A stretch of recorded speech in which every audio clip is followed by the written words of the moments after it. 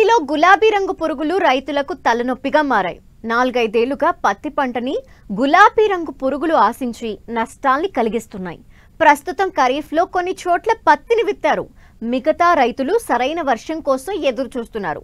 పత్తిని సాగు చేసే రైతులు నాణ్యమైన అధిక దిగుబడిని పొందాలంటే గులాబీ రంగు పురుగు నివారణ పట్ల పంట తొలి దశ నుండే అప్రమత్తంగా ఉండాలి. సమగ్ర సస్యరక్షణ పద్ధతులతో దీన్ని ఆదిలోనే అరికట్టాలంటున్నారు పాలెం కృషి విజ్ఞాన కేంద్రం శాస్త్రవేత్త డాక్టర్ రాజశేఖర్.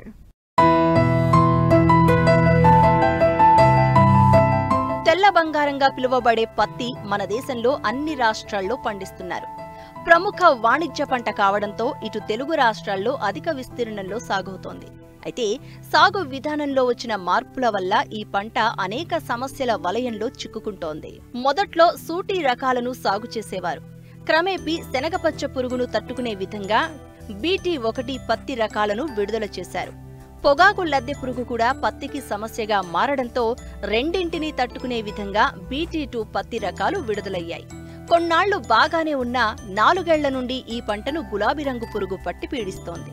దేశంలో వాడే 60% పురుగు మందులు పత్తి పంట మీదే చల్లుతున్నట్లు గణాంకాలు చెప్తున్నాయి.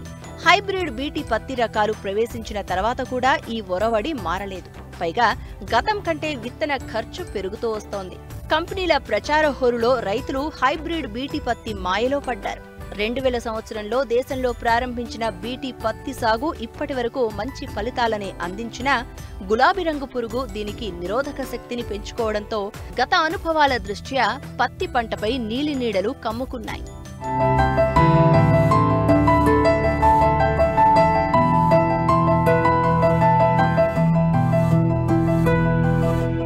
వాస్తవానికి గులాబీ రంగు పురుగు వలన జరిగే నష్టం పైకి కనపడదు.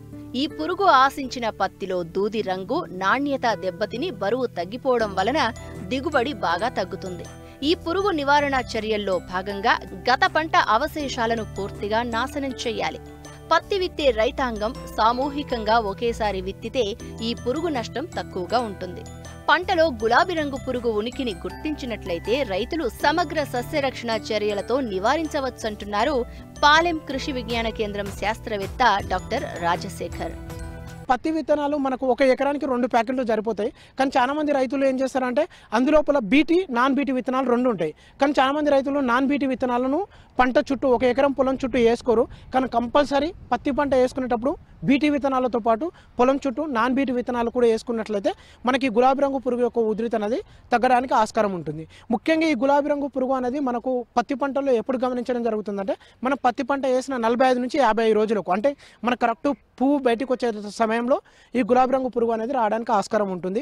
అదే ఈ గులాబీ రంగు పురుగు ఆశించిందా లేదా అని మనం ఎట్లా గుర్తించాలంటే మనం పువ్వును చూసినట్లయితే ఆ పువ్వు అనేది విచ్చుకోకుండా ఉన్నట్లయితే కంపల్సరీ ఆ పువ్వుని గుడ్డి పువ్వులు అంటారు. ఆ పువ్వు లోపల ఖచ్చితంగా మనకి గులాబీ రంగు పురుగు ఉన్నట్టుగా గుర్తించాలి. తొలి దశలో, అందుకే 45 నుంచి 50 రోజుల దశలోనే మనము ఎకరానికి 8 నుంచి 10 లింగాకర్షక బుట్టలు పెట్టుకోవాలి. ఈ లింగాకర్షక బుట్టలను కూడా మా కృషి విజ్ఞాన కేంద్రం పాలెంలో లభిస్తాయి. తర్వాత మనకి 50 రోజులకు ఏమవుతుందంటే అక్కడక్కడ ఎక్కడైనా పురుగులు కనిపిస్తే గిట్లా వేప నూనె 1500 ppm 5 ml లీటర్ నీటికి కలిపి పిచికారీ చేసుకోవాలి. పురుగు ఉధృతి అధికంగా ఉన్నప్పుడు మాత్రం థైయోడికార్బ్ అనే రసాయనాన్ని 1.5 గ్రాములు లీటర్ నీటికి కలిపి పిచికారీ చేసుకున్నట్లయితే పత్తి లోపల వచ్చేటటువంటి గులాబీ రంగు పురుగును సమర్థవంతంగా నివారించుకోవచ్చు.